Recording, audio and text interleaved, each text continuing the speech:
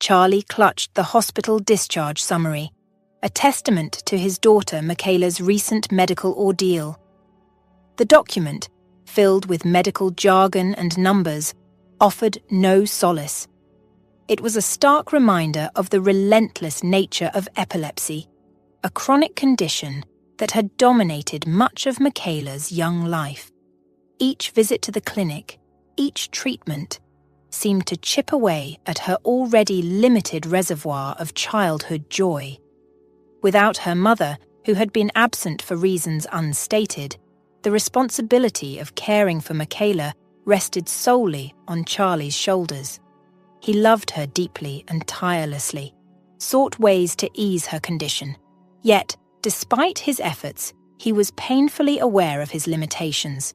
He was not a miracle worker, and each seizure that racked Michaela's small frame seemed to erode a little more of the hope he clung to for her future.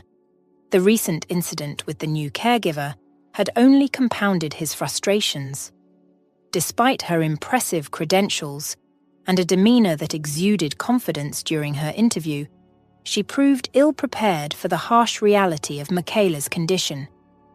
When Michaela had a seizure, the caregiver, overwhelmed by panic, called emergency services but was too paralyzed by fear to offer much help. Her one act of presence of mind was to cushion Michaela's head with a towel and turn her to the side. Amid the chaos, Michaela inadvertently pulled a lace doily, causing a vase to topple onto her hand. The vase, heavy and ornate, left a bruise blossoming in shades of blue and red, a vivid contrast to her pale skin. By the time Charlie arrived, the caregiver had already rushed Michaela to the emergency room, leaving him to confront the aftermath alone. The seizure had lasted a mere 5 minutes, but the impact on Michaela's already fragile state was profound.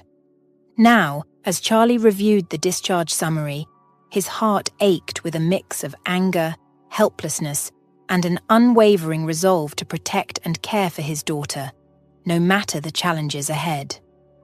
At the trauma center, Charlie's emotions surged as he found Michaela in the care of the ambulance crew and the caregiver he had entrusted her to. His frustration and anger were palpable as he confronted the caregiver, his words laced with the pain of a father who felt let down. "I entrusted you with the most precious thing I have, and yet you manage such negligence." Distancing himself from the caregiver, Charlie's thoughts were clear. He needed to find a suitable replacement, someone who could understand and handle the complexities of Michaela's condition, and he needed to do it fast. Michaela, at 12, was an embodiment of courage and the center of Charlie's world. Their life together, just the two of them, had shaped her understanding of family. She rarely questioned the absence of her mother, respecting an unspoken boundary. However, one day, her curiosity broke through. Was there something wrong with my mother? There are no pictures of her in our house, no women's items, trinkets, or notes reminding of her? She asked. Charlie, valuing honesty, yet protective of her innocence, shared a simplified truth about her mother's demise due to a reckless, thrill-seeking vice and a tragic encounter. But he spared Michaela the more painful details, his heart-wrenching experience of identifying his wife's body and the complex emotions he harbored for her, despite everything that had transpired.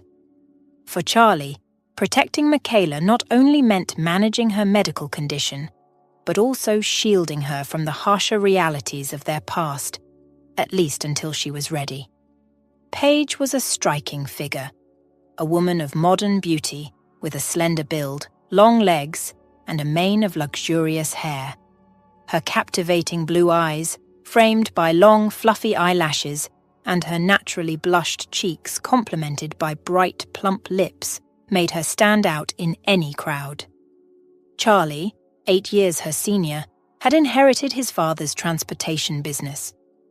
With a keen business acumen, he expanded and transformed it into one of the city's most prosperous enterprises. By 30, Charlie found himself the only one among his friends not yet married, a stark contrast to his peers who were already visiting maternity wards and raising families. Their paths crossed when Charlie served as a jury member at a university beauty contest, an event Paige participated in. Her stunning appearance was undeniable, even though she didn't win due to not meeting certain model standards of the time. But for Charlie, her height was inconsequential. He was in the midst of planning a new advertising campaign for his company, and Paige was the perfect fit. Their relationship began with a post-contest coffee and evolved into a partnership where business and romance intertwined. Paige became the face of Charlie's company, a role she embraced alongside accompanying him to corporate events and assisting in PR strategies during business trips. Their relationship, though not fiery or passionately romantic, was grounded in a mutual understanding and shared goals. The announcement of Paige's pregnancy led them to marriage. Charlie loved her in his own way, cherishing her presence and contributions in all aspects of his life. Upon becoming involved with Charlie, and later as his wife, Paige left her student partying lifestyle behind, embracing a new chapter in her life. Paige, with her small-town upbringing, brought an air of impeccable order and warmth to their home. The house was a haven of cleanliness and comfort, where the scent of fresh food wafted from a well-stocked fridge. In Charlie's closet, suits and shirts hung crisply ironed. Despite her delicate manicured hands, Paige's dexterity and hard-working nature, honed from a young age, shone through in her meticulous care of their home. However, their seemingly idyllic life began to unravel with a harrowing incident involving their daughter, Michaela. It was during a visit to Paige's parents to introduce their 6-month-old daughter when the first signs of trouble emerged. Amidst the familial gathering, Michaela suddenly suffered from severe convulsive seizures.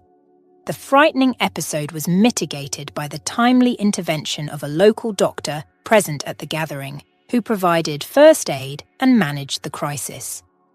The doctor's words were a jolt to Paige and Charlie. He suspected a brain disorder in Michaela, possibly epilepsy, and urged them to seek comprehensive medical evaluation in the city without delay. That night, with Michaela exhausted and sleeping peacefully in her grandmother's embrace, they stayed over, postponing their journey home. Following this incident, a noticeable shift occurred in Paige's demeanor towards her daughter. She abruptly decided to stop breastfeeding Michaela, justifying her decision by stating 6 months was sufficient and expressing concerns about maintaining her physical figure. Their fears were confirmed back in the city, where medical examinations diagnosed Michaela with epilepsy. It was revealed that epilepsy had a history in Paige's family, tracing back to her grandmother.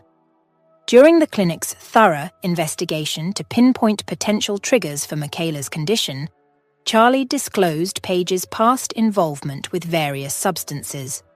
The doctors acknowledged his concerns, confirming that such past behaviors in mothers could significantly elevate the risk of their children being born with neurological complications like epilepsy.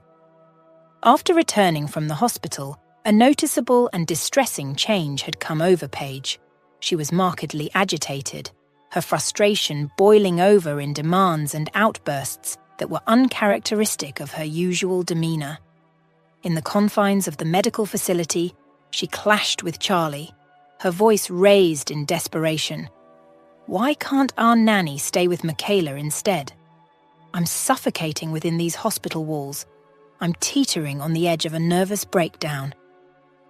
This transformation in Paige was startling to Charlie. The woman he once knew as gentle and quietly affectionate had become increasingly irritable and distant. Her maternal affection towards Michaela, once a given, now seemed to have evaporated, replaced by a visible reluctance to engage in her care. As Charlie's commitments to his business remained demanding, Paige's presence at home became sporadic.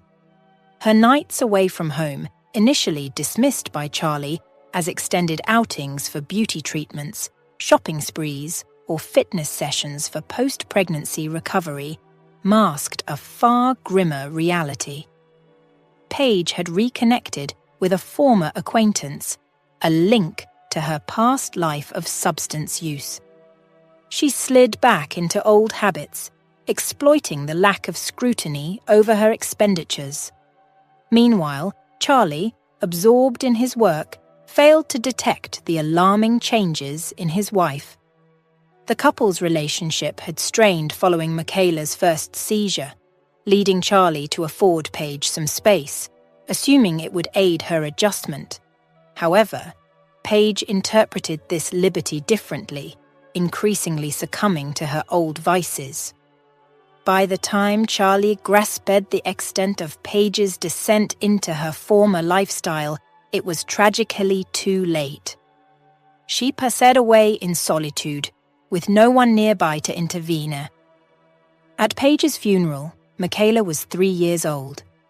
Her life had been largely spent in the company of Gloria, her nanny, who had become a constant and nurturing presence. Michaela's relationship with her mother had become so distant that she sometimes referred to Gloria affectionately as grandmother, underscoring the profound shift in her young life's familial bonds. Paige's parents, residing far from the bustling city, remained largely uninformed about the complexities of their daughter's life and her untimely demise. Following Paige's tragic death, Charlie chose not to delve into the painful details with them, simply attributing her downfall to unfortunate associations with bad company. Despite the distance and limited interaction, Charlie extended financial support to Paige's parents, helping them with home renovations. This gesture led him to ponder the evolution of one's perspective with age. His own father, for instance, was still globe-trotting, exploring island after island, while Paige's parents had become somewhat distant, their connection with Michaela limited to sending gifts during the winter festivities and on her birthday, with their inquiries about her well-being gradually ceasing. In their own world, Charlie and Michaela adapted to a life that, despite its challenges, had its moments of joy and normalcy. Michaela, growing up, took delight in preparing simple yet favourite meals for her father upon his return from work.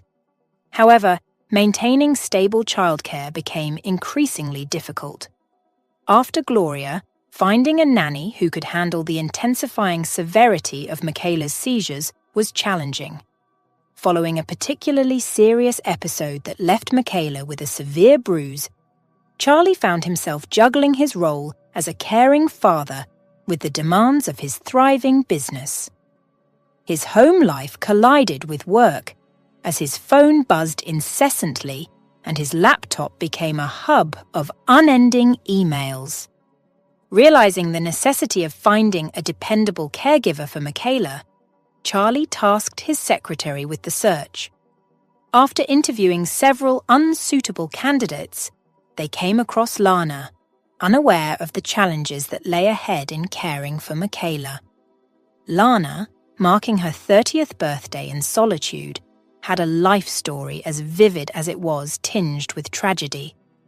Born in Buenos Aires, she grew up bilingual in English and Spanish, her parents being avid travelers who pursued their dream of exploring every nook and cranny of South America.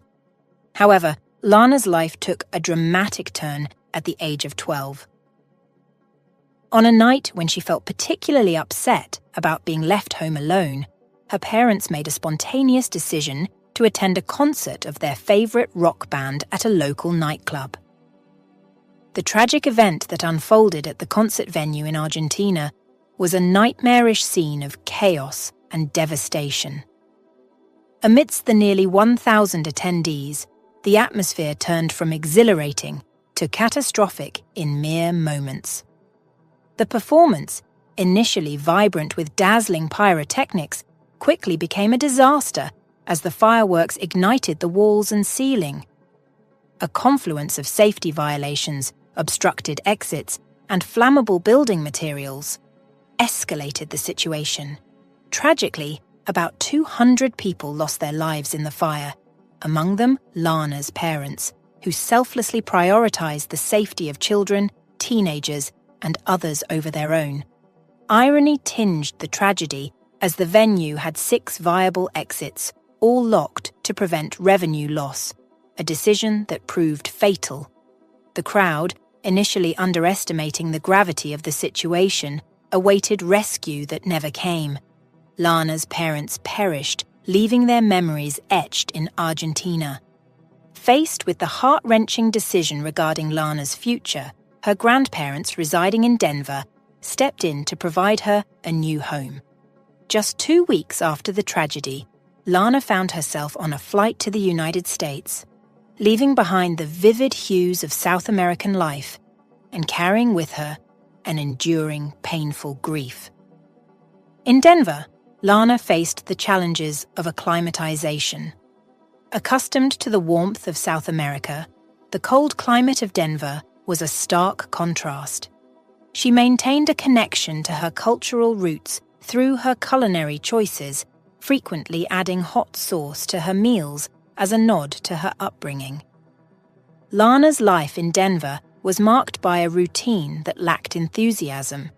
She attended school and swimming practices, but her actions were mechanical, devoid of the zest she once had.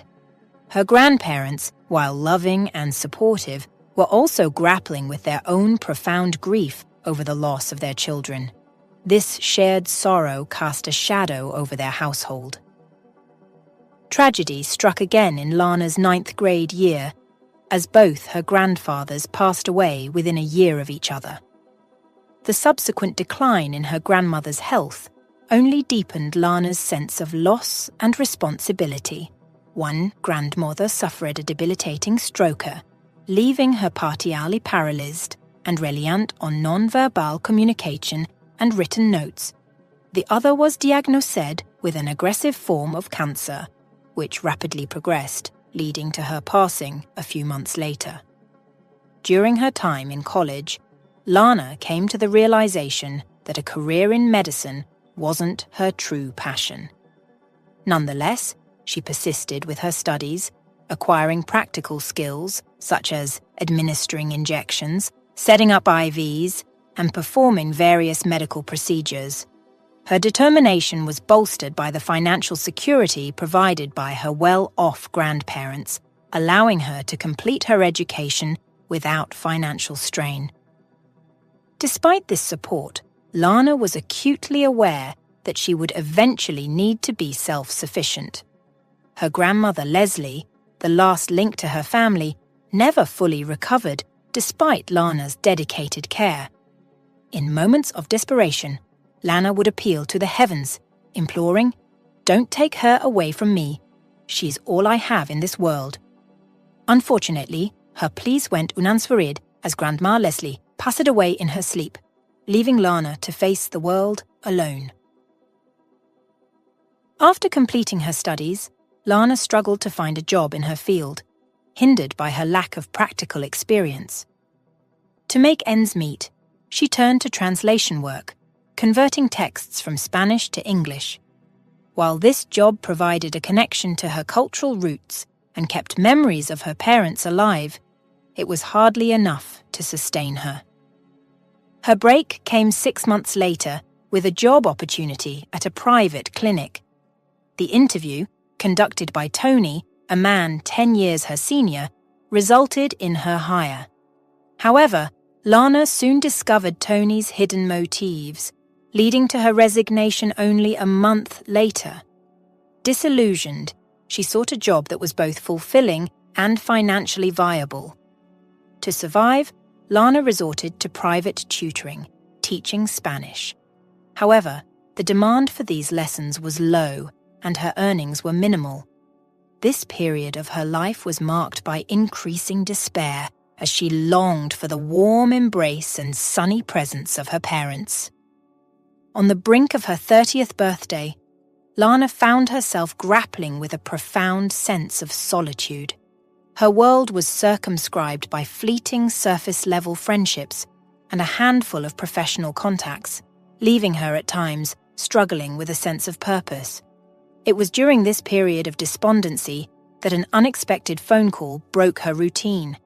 Initially wary, assuming it might be a promotional scam, Lana was taken aback to hear a familiar, cheerful voice on the other end. It was Wendy, a former college classmate known for her buoyant spirit, who had always sat next to her in lectures. This was the first time a former classmate had reached out to her, and Lana couldn't help but wonder about the timing and reason behind Wendy's sudden reconnection. Wendy's call was not merely a catch-up, it carried a proposition. She explained her current role as a personal secretary for a businessman named Charlie, describing him as a man marked by personal misfortune. His daughter suffered from an incurable illness, a topic Charlie seldom discussed. Wendy, in her role for the past 3 years, had faced a challenge with the last caregiver she had employed for Charlie's daughter, a hiring decision that had backfired. Now, under the pressure of an ultimatum from Charlie, she was tasked with finding a new caregiver, someone with a blend of teaching and medical skills. It was for this reason she reached out to Lana, appealing for her help. Lana, taken aback by this unexpected proposal, was hesitant. Such a drastic change was not in her immediate plans. She promised Wendy to contemplate the offer, acknowledging her current job search, but expressing her unpreparedness for such a sudden shift. Post-call, Lana's mind was awash with conflicting thoughts. She recognized her weariness with the loneliness and aimlessness that had come to define her life. Perhaps, she mused, this was the opportune moment for a fresh start. 3 days later, with a mix of nerves and anticipation, Lana boarded an airplane heading towards warmer climes, the journey faintly reminiscent of her days in Argentina. Charlie had made a specific request for Wendy. His needs extended beyond a mere caregiver for his daughter. He sought someone who could also be a friend to Michaela. He conveyed this to Wendy in a personal rather than professional capacity, emphasizing the importance of finding someone who could fulfill both roles. With imminent plans to travel to South America for business negotiations, Charlie stressed the urgency of securing a reliable, compassionate individual to care for Michaela in his absence. Wendy, known for her resilience in the face of challenges, embarked on a meticulous search through her contacts. She even delved into her list of backup options, searching for the perfect fit. Her quest initially yielded no significant discoveries, leading her to reassess Charlie's specific requirements: a candidate with a cheerful demeanor, medical expertise, and a knack for swift decision-making. It was then that a vivid college memory resurfaced. She remembered Lana, her smart and resourceful classmate, adeptly treating Wendy's foot injury caused by a rusty nail, using nothing but torn strips from her own shirt as bandages. "Lana," Wendy murmured, an epiphany striking her. She had indeed found the ideal candidate. Although uncertain about persuading Lana, a bright former college mate holding a nursing degree, to relocate south, Wendy decided to take the plunge. To her own astonishment, a few days later, she was greeting Lana in her town, ready to introduce her as the potential caregiver. Charlie had entrusted Wendy with complete authority in this matter. In the meantime, Michaela was left in the care of the cook-housekeeper for the day. Charlie, placing considerable trust in his secretary's judgment, eagerly awaited the new hire. "Is she the kind of person I'm looking for?" he asked Wendy. She nodded affirmatively, prompting Charlie to express his trust in her ability to tackle challenging issues. He shared his disillusionment, with the superficial promises of agencies, emphasizing his unique requirements in a caregiver that they failed to comprehend. As Wendy and Lana journeyed from the airport, Wendy enthusiastically briefed Lana in the taxi about Michaela's eagerness for her arrival. As they drove through the winding road and woods, Lana suddenly asked the driver to stop. Wendy's brows furrowed in confusion as Lana hurried out of the car. Moments later, Lana returned, cradling a cat box containing a mother cat and her kittens. Wendy's eyes widened in surprise. "How did you even spot them?" she asked. Lana explained, her voice tinged with sadness. "Someone must have abandoned them. I couldn't just leave them there." Wendy admired Lana's kindness, but felt compelled to voice her concerns. "Lana, I understand, but you should know my boss is quite particular. He might not appreciate us bringing stray animals into his home." Lana's eyes met Wendy's, determination shining in them. "I can't turn my back on these poor creatures. If your boss won't allow me to shelter them until I find them a home, then perhaps this job isn't the right fit for me." Wendy sighed, torn between her duty to her boss and her empathy for Lana's predicament. Wendy refrained from voicing any more concerns. Her mission had been to find someone with a unique combination of teaching and medical skills, and in Lana, she believed she had succeeded. Any additional traits, Wendy reasoned, were for Charlie to evaluate. Perhaps prioritizing compassion wasn't such a disadvantage after all. Only time would reveal the true impact of her choice. The tranquility of Charlie's house was palpable in its courtyard, disturbed only by Phil, Michaela's cherished corgi.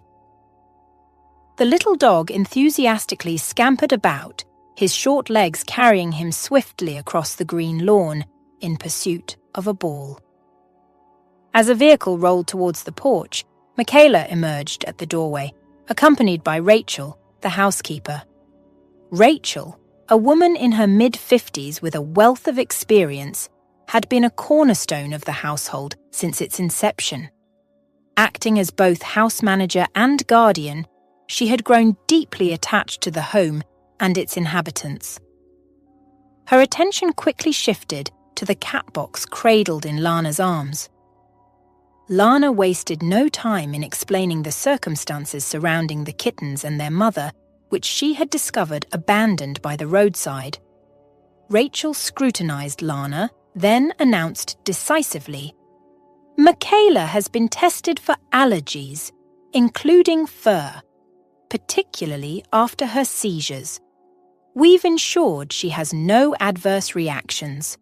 While I cannot permit you to bring them into the main house without Charlie's consent, the summer kitchen can serve as a temporary shelter. How is the mother cat? Does she have sufficient milk for all 4 kittens?" Wendy, who had been silently observing the exchange, felt a wave of relief wash over her. The potential risk to her professional reputation seemed to have been averted. Meanwhile, Michaela's fascination with the kittens was evident. She had never experienced such intimate proximity to tiny, fluffy animals before. Eager to be involved, Michaela quickly offered to lead the way to the summer kitchen, her eyes shining with excitement, hoping Rachel wouldn't reconsider her decision. As they strolled along the neatly tiled path, Lana and Michaela exchanged introductions. Lana, with a friendly demeanor, suggested, "You can call me just Lana." Michaela, a touch of shyness in her voice, replied, "And I'm Michaela. Could you tell me again how you found the cat and her kittens on the road? Is it true someone abandoned them there?" Lana, sensing Michaela's distress, offered a comforting smile. "Don't be so upset," she encouraged. "Remember, there are more kind-hearted people than cruel ones in this world. We're fortunate to have the opportunity to nurture these vulnerable creatures and witness their growth. It's truly special to see them evolve from their helpless, clumsy kittenhood into elegant, independent cats. Curiosity sparked in Michaela's eyes. "Do you have any children?" she inquired abruptly. Lana's expression softened with a hint of melancholy as she answered, "Not yet, but I'd love to have children someday, ones as adorable as you." Their heartfelt exchange bridged a connection between them. Michaela felt an instant trust towards Lana, sensing that this new caregiver would offer understanding and support. Together, they prepared a cozy sanctuary for the cat family in the summer kitchen. Meanwhile, the security guard transported Lana's luggage to her room, conveniently located next to Michaela's. Shortly afterward, they joined Rachel for a delightful tea time, complete with freshly baked pancakes prepared by the cook. The bond between Michaela and Lana grew stronger each day, rooted in a shared, unspoken understanding. Both yearned for the parental love they lacked in their lives. When Charlie returned home from his business trip, his daughter greeted him with an exuberant hug and a cheerful squeal, brimming with excitement to share her experiences. "Dad, everything was great while you were away. Lana has been wonderful. She's been spending a lot of time with me and even helps with my homework." Charlie pondered over the name Lana, deciding he should have a private conversation with her to form his own impression. He valued first-hand observations over second-hand descriptions, preferring to rely on his personal judgment. His recent business trip to South America had been remarkably successful, a venture any shrewd entrepreneur would envy. He was already planning collaborations with maritime transport companies for large-scale imports of coffee beans from Brazil and Colombia. Coffee, he knew, was a reliably lucrative commodity. He was also exploring opportunities with Argentina and Chile for their exceptional seafood. In a month's time, Charlie was to host his new business partners from Argentina and Colombia. It was his turn to welcome foreign delegates on his own turf. These thoughts of upcoming ventures were interrupted by a soft knock on his office door. Regaining his composure, he called out in a gentle tone, "Who's there? Please, come in." Lana entered, her appearance striking and distinctive.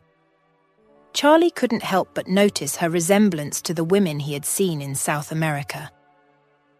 "I've never been particularly drawn to this style of beauty," he mused to himself, "but there's no denying she possesses a certain wild, untamed allure." He quickly brushed aside these thoughts, focusing his attention on Lana, who stood before him, undoubtedly the new caretaker he had heard about. "My name is Lana," she introduced herself. "I'm Charlie, Michaela's father. How do you find the working conditions here? Do you have any concerns or suggestions?" he inquired, keen to ensure her comfort. "Thank you. Everything has been exceptionally comfortable," Lana responded reassuringly. "The only concern I have is regarding a certain liberty I took. I'm not sure of your stance on it and would like to discuss it with you." Charlie's eyebrows arched in surprise, a silent query etched across his face as Lana began to explain. "I arrived with an unexpected addition, a family of cats," Lana disclosed. "Wendy and I found them abandoned on the highway. During your absence, Michaela has grown particularly fond of one of the kittens. We plan to find homes for the rest, but I suspect Michaela would be reluctant to let go of her new pet." Charlie let out a sigh of relief, his concerns about possible health issues with Michaela dissipating at the mention of something so benign. "A kitten, you say? Well, I have no objections to welcoming another pet alongside Phil. Have you and Michaela thought of a name for this new addition?" he inquired. Lana, visibly relaxed, replied with a smile. "We haven't decided yet. Michaela was hoping you might have a suggestion or make the decision." "If it's a male kitten, how about we call him Max?" Charlie proposed, his expression softening into a smile. I've recently made significant strides in business ventures related to South America. Maybe Max can be my lucky charm." Lana felt a pang in her heart at the mention of South America, a place intertwined with painful memories, but she masked her emotions well. After their conversation, both were left deep in thought. Charlie found himself unexpectedly intrigued by Lana. His usual preference in women had always been those who resembled his wife. Fair, delicate, ethereal. Yet, Lana's grounded presence and the wistful look in her eyes evoked a desire in him to protect her from life's harsh realities. Lana, on the other hand, was lost in her own thoughts. Charlie's demeanour reminded her of her father, not in appearance, but in a certain steadfastness, an assurance of reliability. This resemblance fortified her resolve to do everything within her power for his daughter, and, increasingly, for him as well. She even allowed herself to entertain the fleeting notion that she might have found a place where she would be truly welcome. As time marched on, the days fell into a regular rhythm, structured around Michaela's well-established routine. The daily routine at the house was meticulously structured, centering around Michaela's education and well-being. It included school sessions, participation in a French language club for overall intellectual development, mandatory outdoor excursions, and regular visits to the swimming pool. In the autumn season, ocean swims were off the table, or else Lana and Michaela would have also enjoyed beach outings, always under the watchful eye of a bodyguard. Back at the house, Max, the kitten, had become an integral part of their daily life. Rachel was pleasantly surprised when neighbours responded enthusiastically to her request to adopt the remaining kittens. The kitten's mother found a new home with Rachel herself, who remarked, "My daughter may never marry, destined for solitude, but at least she'll have a living soul to keep her company." Max developed an unbreakable bond with Michaela. He would only eat when she filled his bowl and drank water only when she poured it. His playful antics were a highlight for everyone. He would clamber up Michaela's back, scale her jeans and sweater, and triumphantly perch on her shoulder. His unique sleeping habit involved cuddling on Michaela's head, his paws gently embracing her hair. At first, Charlie was hesitant about this arrangement, but soon Lana convinced him that Max's devoted companionship could be therapeutic. After all, it's well known that cats can offer healing comfort with their purring. Lana had been at the house for nearly a month, and, thankfully, had not witnessed any of Michaela's seizures. She was well versed in Michaela's medical history and felt professionally prepared for any unexpected incidents. However, the reality was more alarming than she had anticipated. The seizure occurred unexpectedly on a day off.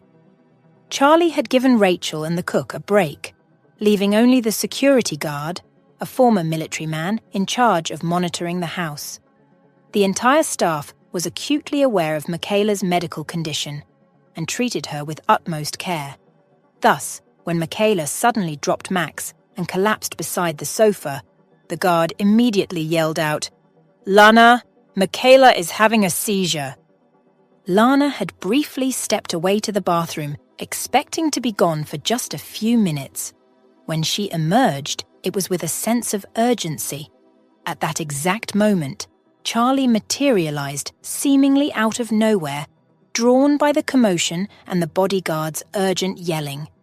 His eyes immediately fell upon Lana, who was now attentively tending to Michaela. The sight stopped him dead in his tracks, a mix of confusion and concern etched on his face. Charlie watched, a mix of surprise and awe coloring his expression, as Lana moved with precision and purpose around the room.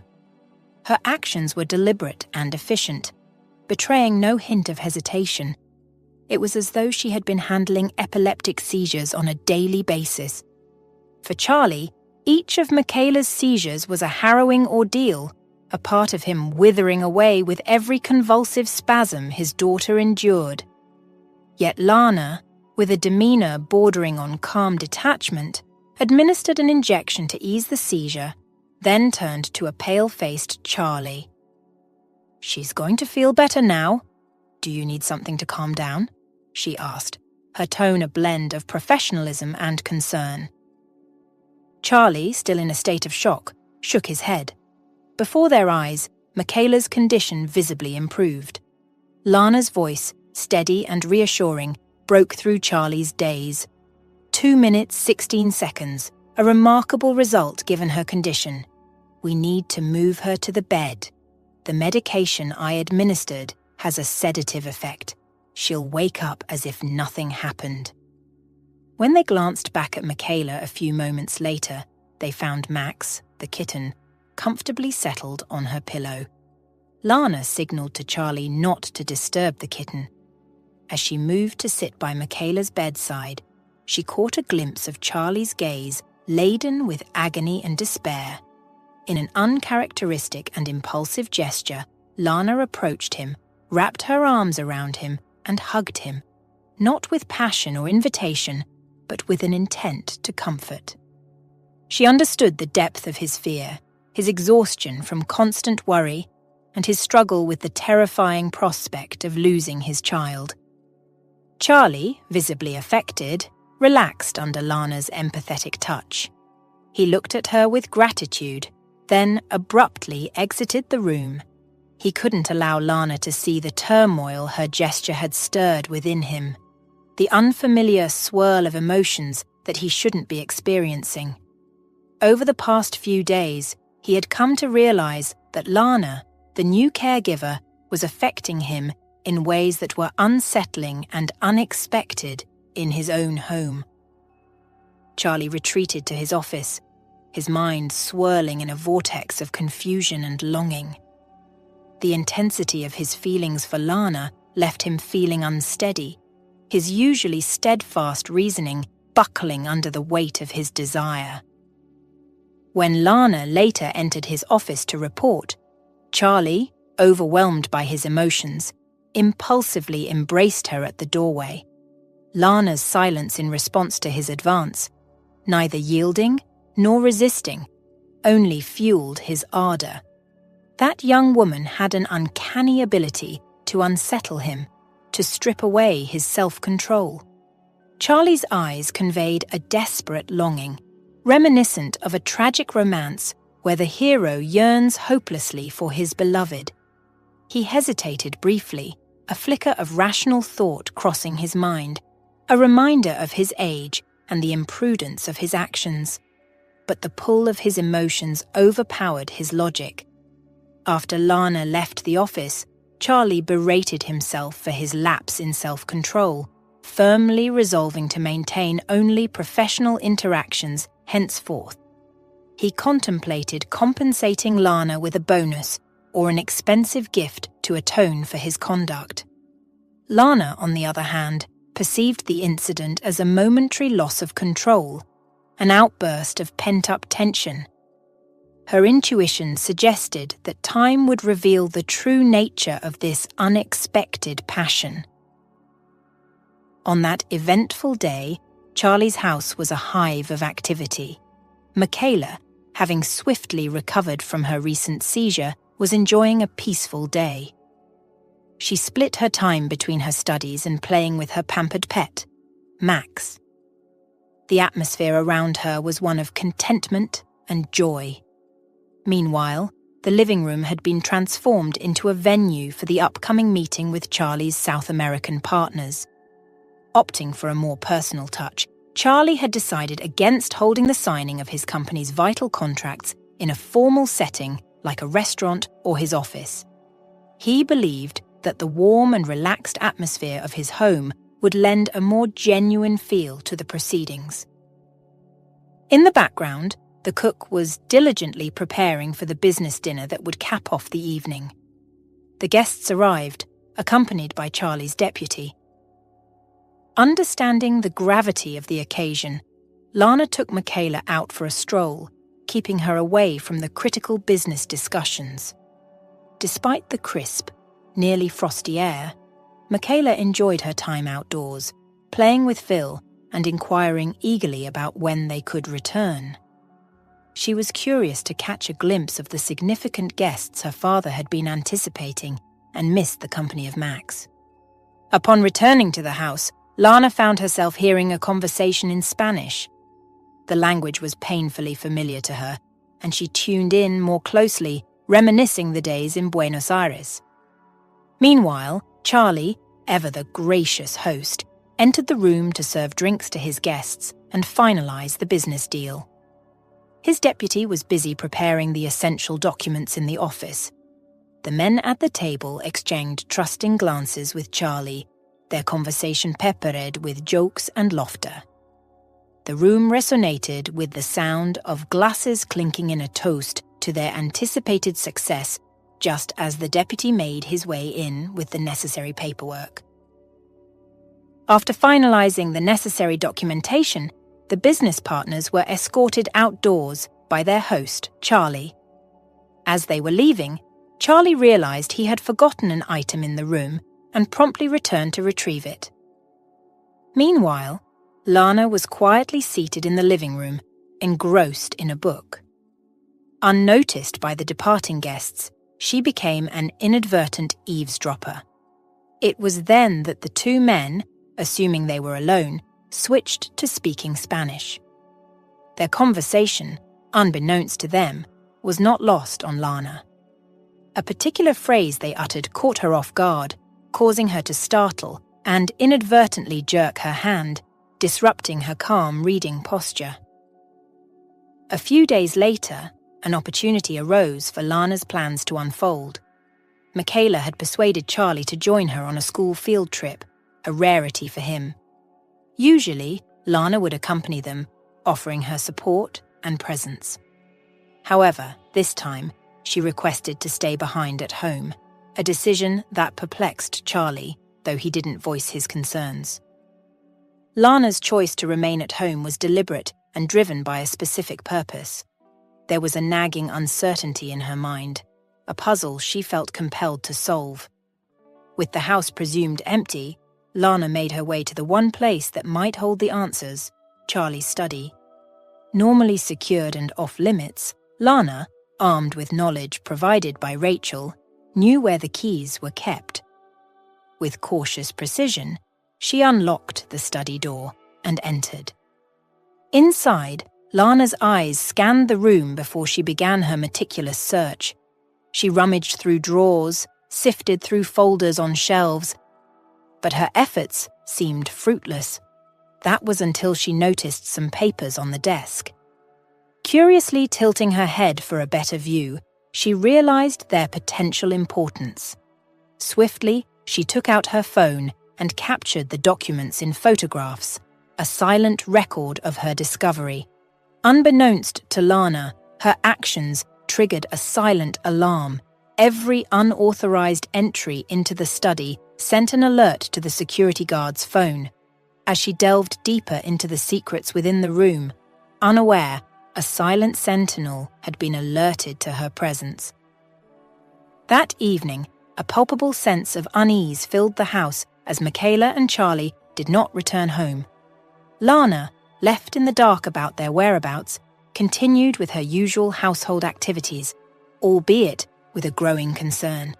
The following day brought no sign of them either, heightening the mystery. The unexpected arrival of the security guard the next morning broke the unsettling silence. He approached Lana with an air of formality and a message that left her bewildered. "I'm sorry, Lana, but Charlie has decided that your services are no longer required," he announced in a tone that brooked no argument. Confused and seeking clarity, Lana questioned, "Has something happened? Is everyone all right?" Her voice was tinged with worry, reflecting her concern not just for her job, but for the family she had grown close to. The security guard, maintaining a professional demeanor, offered no explanation. "I'm not at liberty to discuss any details. All I can say is that this decision is final," he replied, his expression unreadable. "We need to leave for the airport immediately. Arrangements have been made for your return." Lana, still reeling from the sudden turn of events, could only nod in stunned silence, her mind racing with unanswered questions as she prepared to depart from a place that had become a significant part of her life. The early morning tranquility was briefly interrupted as a taxi arrived, waiting at the front gates. Lana, carrying a mix of confusion and sorrow, quietly stepped into the vehicle. As the taxi drove away, Charlie's car drove into the driveway.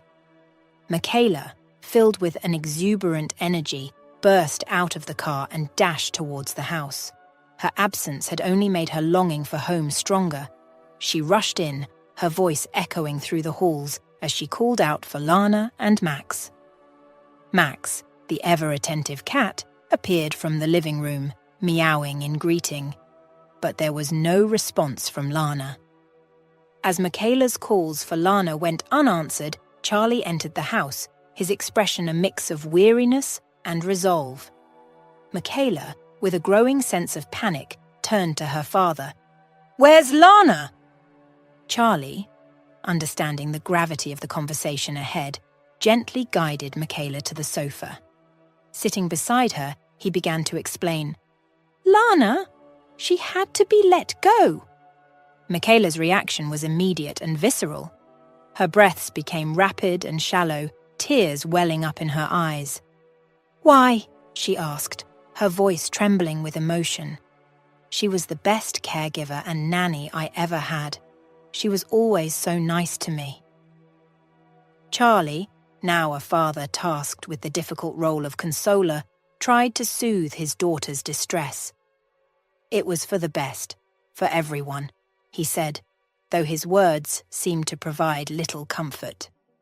Michaela, unable to accept the sudden change, continued to express her deep attachment to Lana, highlighting the bond they had formed. It turned out that upon being briefed by his security guard, Charlie's perception of Lana underwent a drastic transformation. The guard presented him with evidence of Lana's intrusion into his private study, a domain she had no authorization to enter. The footage was unequivocal. It showed Lana discreetly taking photographs of sensitive documents on his desk. Charlie and his family had encountered their share of petty blackmailers in the past. These individuals would usually seek a payoff in exchange for silence or non-interference. Given this history, Charlie's mind quickly jumped to a similar conclusion about Lana.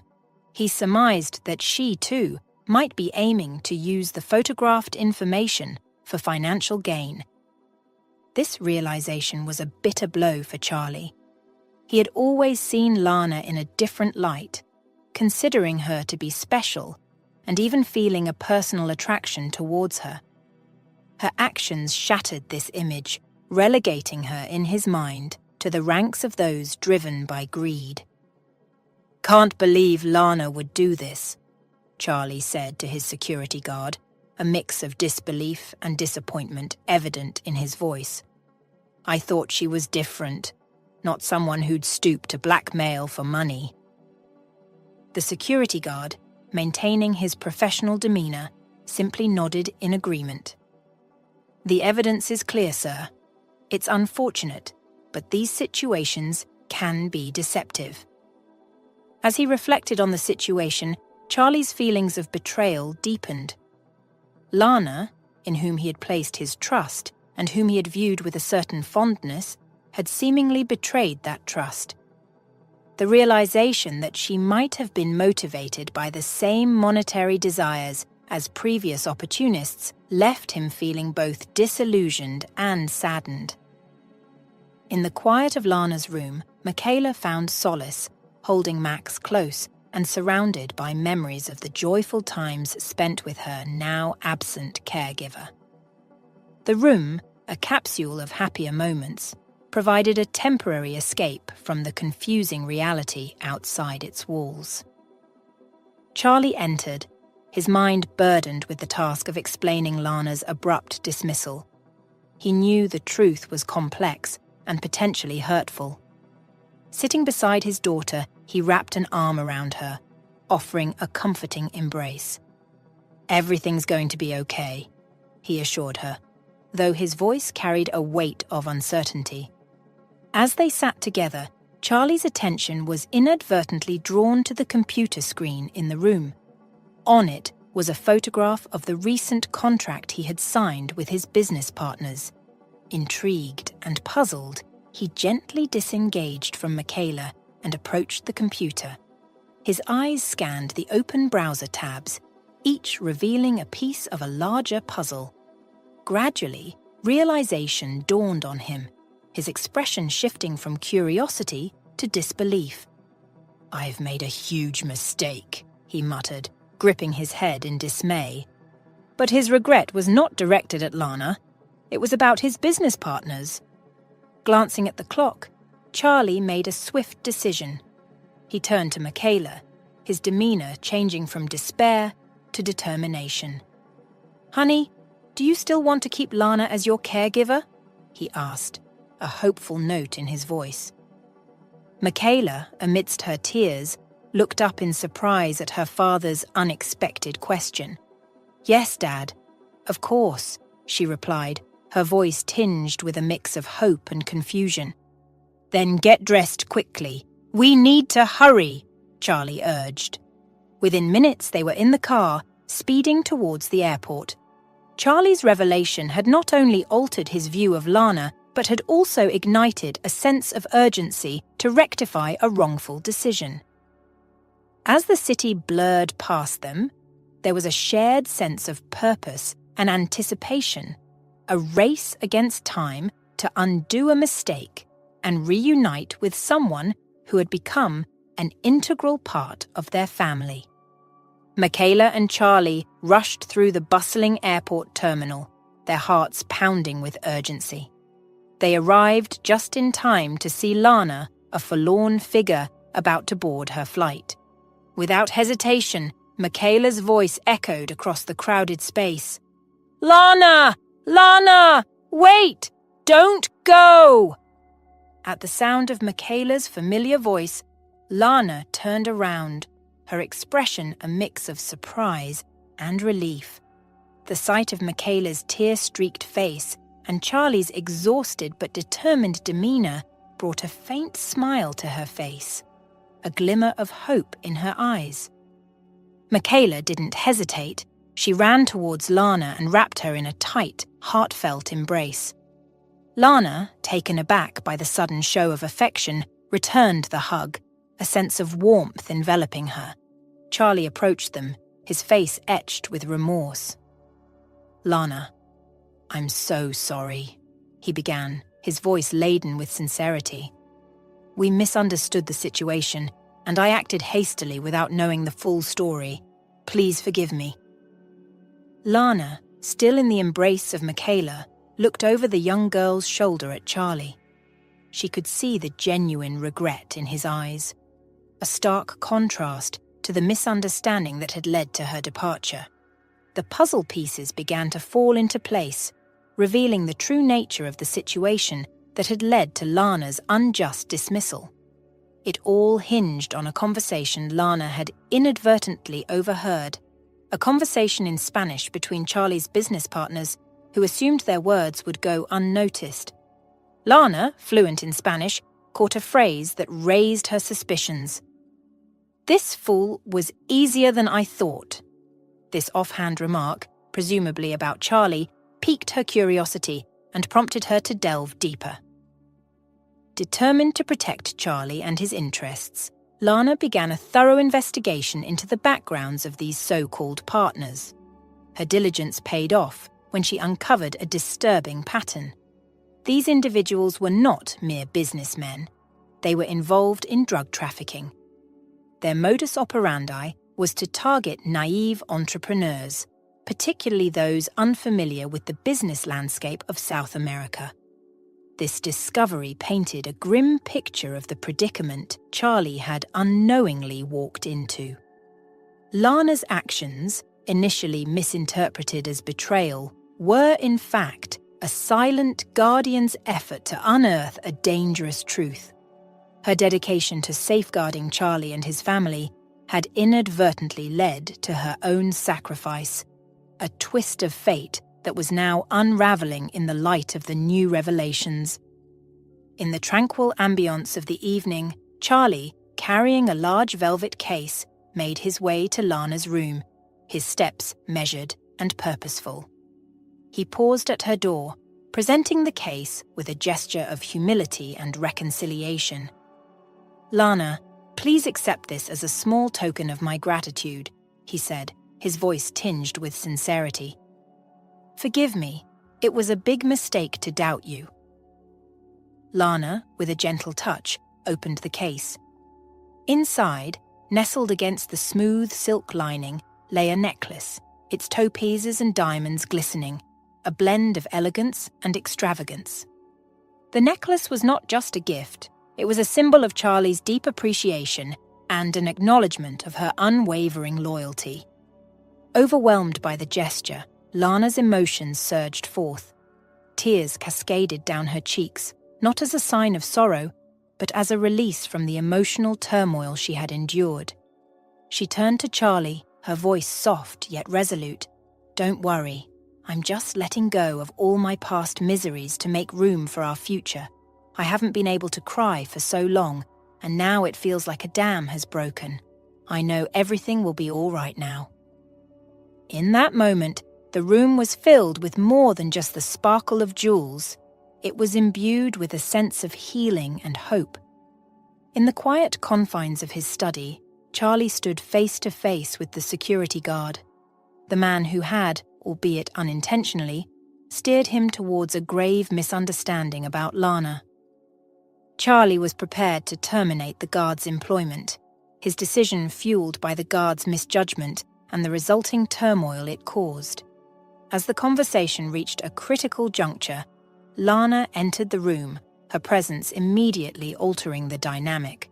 With a composed and understanding demeanor, she addressed Charlie. "Could we let him stay? After all, he was acting out of concern for our safety." Lana's interjection, advocating for the security guard, who had mistakenly identified her as a threat, was a testament to her graciousness and empathy.